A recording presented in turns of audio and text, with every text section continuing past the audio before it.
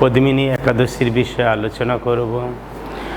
যুধিষ্ঠির মহারাজ পরম পুরুষোত্তম ভগবান শ্রীকৃষ্ণকে জিজ্ঞাসা করছেন, হে জনার্দন, আমি বহু পুণ্যবতের কথা শ্রবণ করেছি, কিন্তু এখন আমি আপনার কাছে পুরুষোত্তম মাসের সর্বপাপ বিনাশিনী ও পুণ্যদায়িনী পদ্মিনী একাদশীর বিষয়ে শ্রবণ করতে চাই।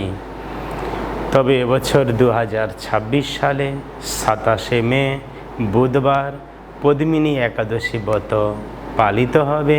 পারণ পরের দিন 28শে মে বৃহস্পতিবার সকাল 4:50 থেকে 7:59 মধ্যে।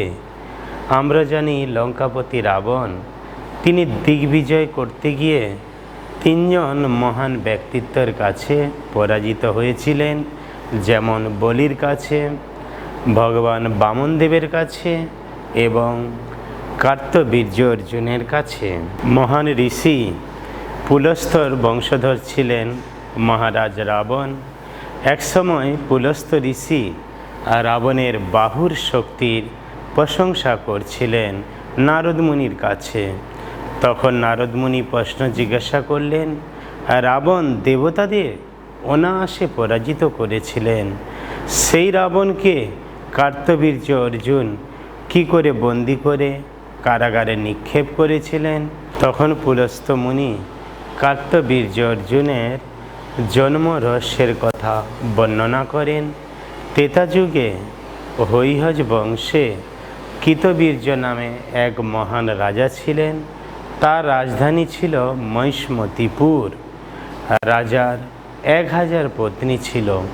রাজা অনেক পুণ্যকর্ম করেন, কিন্তু কোনো সন্তান প্রাপ্ত হননি।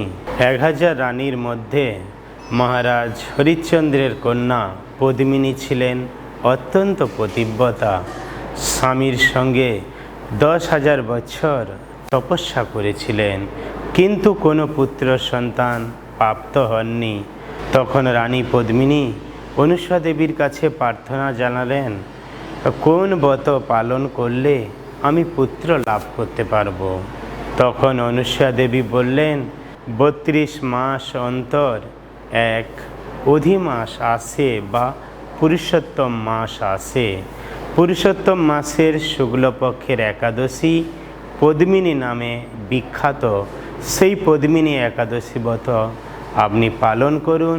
তখন রানী অত্যন্ত শ্রদ্ধার সঙ্গে এই পদ্মিনী একাদশী ব্রত পালন করেন, আর তার ভক্তিতে সন্তুষ্ট হয়ে ভগবান তাকে দর্শন প্রদান করলেন আর বললেন, আমি অতি প্রসন্ন হয়েছি।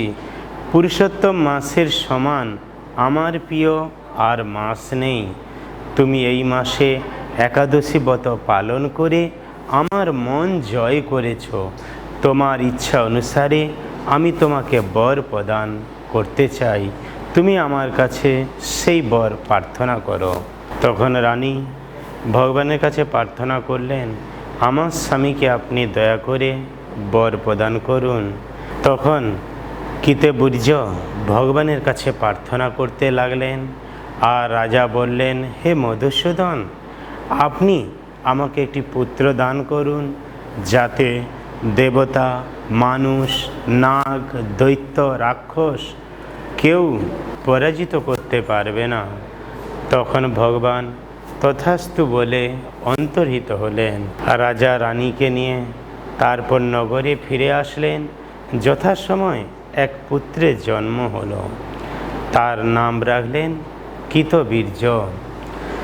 তার সমান বীর তিলকে ছিল না, তাই রাবণ তাকে যুদ্ধে পরাজিত করতে পারেনি।